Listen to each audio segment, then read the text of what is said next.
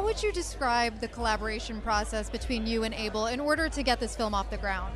Yeah, smooth and organic and beautiful. The smoothest process that I've ever had getting a film made.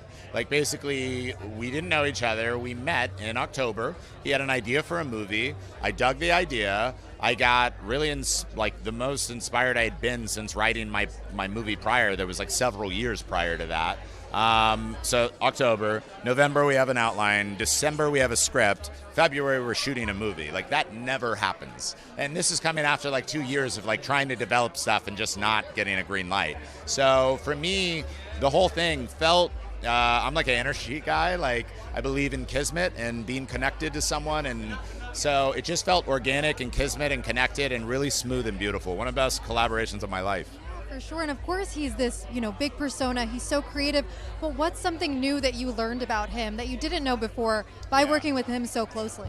I mean, the most obvious to me is just the kind of person he is. Like, I think, I went into our first meeting not thinking it would lead to anything, having no clue if I'd even connect to the guy, like thinking of this persona of the Weeknd. But once I met him, he's like a sweet boy from Toronto. He's like sweet and polite and a great human being, and I love him. So there's all of that. And then eventually, like, the proof is in the pudding. So, like, it's one thing to have one meeting and feel that way, but then to go through the process of like 2 years of making a movie together, and him emboldening me with any risks, anything, and having my back with every phase of this movie. It was just truly, truly a beautiful, beautiful experience. Yeah.